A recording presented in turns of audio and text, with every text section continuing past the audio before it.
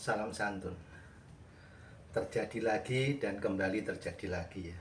Jadi fenomena keagamaan di negeri ini ya sebutannya memang negara yang agamis ya. Tapi mari kita coba merenung, berintrospeksi ya dengan keagamaan kita. Jika ada sesuatu yang terjadi atau akan terjadi atau merencanakan sebuah kejadian, kita harus berpikir kembali, apakah ini sebuah ajaran agama? Jika benar sebuah ajaran agama, apakah ini yang diajarkan seorang nabi atau mungkin utusan Allah atau siapa saja itu yang membuat aturan ini? Kalau sudah begitu, kita kembalikan ke hukum Allah ya, 10 perintah Allah. Ada enggak? Dilarang enggak? Gitu. Setelah kita coba di 10 perintah Allah, kita melangkah lagi ya, berkelanjutan atau melangkah lagi ke sifat-sifat Allah, yang mana di situ ada Allah Maha Mengerti, Allah Maha Tahu, Allah Maha Mengampuni, Maha Sempurna di situ. Jadi misalkan seperti fenomena kemarin ya, pengerusakan sebuah rumah yang ditafsir atau diperkirakan untuk beribadah. Ya. Di dalam ajaran agamanya ada enggak? Gitu. Kalau mungkin enggak ada, ya jangan dilakukan. Kalau ada, ya dilihat itu ajaran atau utusan seorang nabi atau seorang siapa ya yang mengajarkan atau menyuruh untuk membubarkan atau mengadakan sebuah pengerusakan. Itu baik untuk agama Islam, Kristen, Hindu, Buddha ya, semua harus demikian. Kalau di situ cuman yang atas perintah atau sebuah cerita dari perjalanan seorang manusia yang ditunjuk oleh Allah untuk menyebarkan sebuah agama ya. Nah, berarti kan manusia ini masih diberikan tanda tanya. Kenapa kok menyuruh melakukan perang, melakukan pengerusakan, melakukan penzoliman, melakukan penghinaan ya. Kita kembali ke 10 perintah Allah. Bolehkah? Ya, di situ kan ada sembahlah Allah ya. Terus jangan mencuri, jangan membunuh ya, dan seterusnya. Saya tidak mau menghafalkan di sini, silakan yang merasa beragama dan mengerti agama mencoba ya berintrospeksi, merasakan ada enggak di 10 perintah Allah. Kalau sudah di 10 perintah Allah enggak ada, terus kembali lagi, seandainya aku melakukan ini ya, bagaimana dengan sifat-sifat Allah? Allah itu Maha Tahu. Jadi dia tahu rencana aku akan mengadakan suatu pengerusakan, suatu perdamaian, suatu pengrekrutan ya kan. Terus setelah itu Maha Mengerti kenapa ini terjadi atau dijadikan atau dilakukan ya. Jadi kalau ada sesuatu misalkan seperti kemarin pengerusakan, penghalangan ya kegiatan beragama, di situ Allah tahu siapa motornya, siapa pelakunya ya, dan Allah juga mengerti apa tujuannya ya.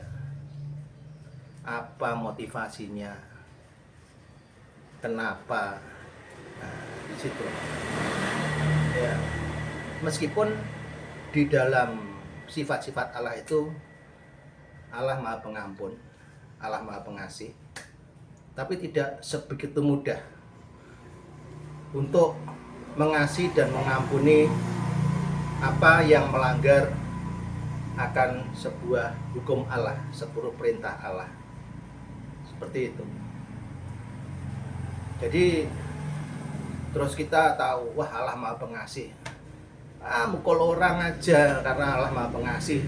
Gitu. Nanti kalau aku udah mukul kan dikasih Allah dan diampuni Maha Pengampun. Enggak seperti itu.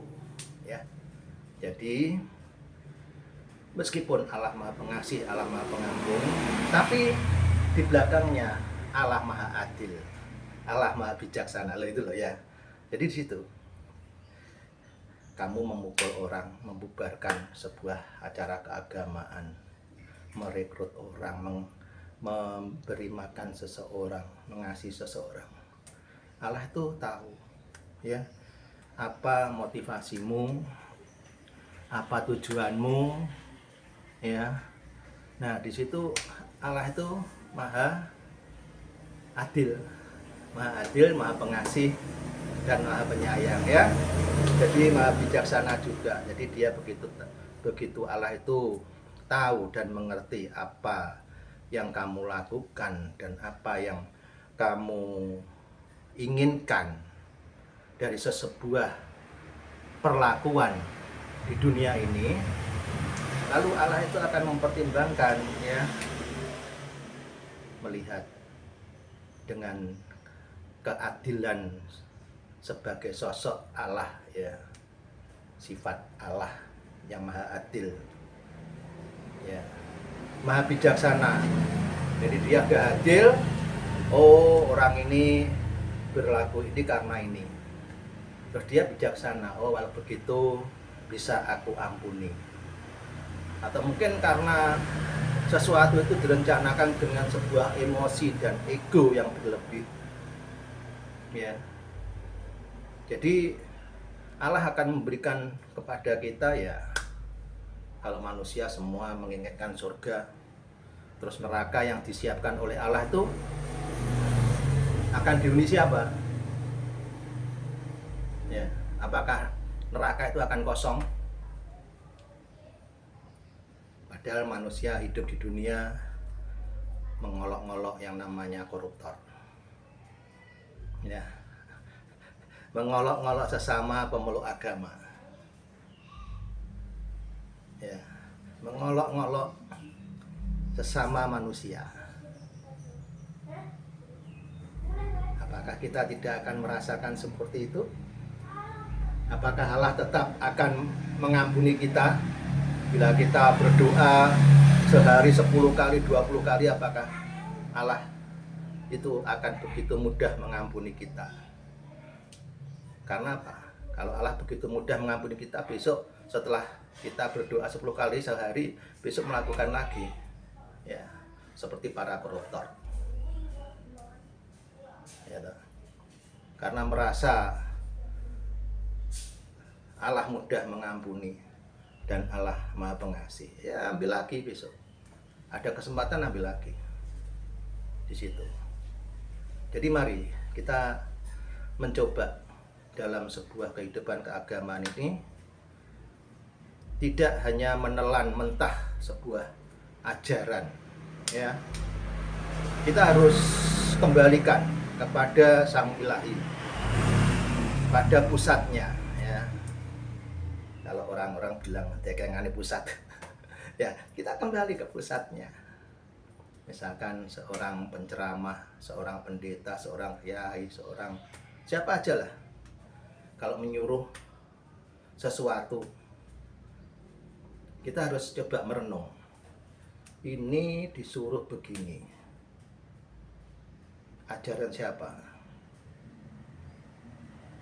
Apakah di agamaku ada? Kalau di agamaku ada, ajarannya siapa? Manusia? Oke, kalau ajaran manusia, siapapun itu manusianya, saya nggak menyebutkan di sini ya. Terus kita kembalikan kepada hukum Allah, 10 perintah Allah. Karena manusia itu, meskipun manusia ini ditunjuk oleh Allah untuk menjadi wakilnya, menjadi penerus lidahnya, ya, ajarannya, tapi manusia itu tetap akan bermain dengan logika dan perasaannya, seperti itu. Jadi kembalikan lagi ke 10 hukum Allah, ya, 10 perintah Allah. Di situ kan ada dilarang membunuh, ya, dilarang berlaku dusta, ya, hormatilah orang tua, ya, di situ. Kalau udah pencapaiannya di situ, kita bisa merasakan, oh ini boleh, ini nggak boleh. Kalau masih ragu, coba kita pada sifat-sifat Allah. Seandainya saya melakukan ini, Allah tahu, Allah Maha tahu. Seandainya saya melakukan ini, Allah Maha mengerti. Ya. Seandainya saya melakukan ini, Allah Maha bijaksana. Seandainya saya melakukan ini, Allah Maha pengampun. Nah, disitulah, karena manusia itu kebanyakan minta diampuni, minta dikasih, ya, karena Allah Maha pengasih. Seakan-akan semua itu kalau sudah mengikuti sebuah ajaran agama yang mungkin menyimpang atau mungkin salah memberikan atau penyampaiannya, tetap aja jalan, ya, dengan semangat keagamaannya, semangat kenabiannya, ya. Karena itu tadi menyepelekan akan sebuah kasih dan pengampunan dari Allah. Apakah semudah itu? Jadi kita melakukan, misalkan menempeleng orang, wah, Allah mengampuni, Allah mengasihi, ya. Mari berpikir jernih dalam kita beragama, ya. Karena Allah dalam sebuah cerita agama itu ada surga dan neraka. Kalau semua pengen masuk surga dan begitu mudahnya semua umat mencapai surga atau duduk di singgasana bersama Allah di surga, neraka ini siapa yang akan menghuninya? Kalau saya sih di neraka mau, karena saya juga manusia, banyak kesalahan, banyak kekurangan, ya. Jadi seandainya neraka itu saya huni sendiri, saya mau. Kenapa? Karena saya legowo, saya manusia, ya, penuh dengan kekurangan, penuh dosa. Tuh. Tetapi kalau Allah menghendaki saya di surga, ya saya juga terima. Cuman harus berintrospeksi. Kita sebagai manusia itu tetap harus berintrospeksi.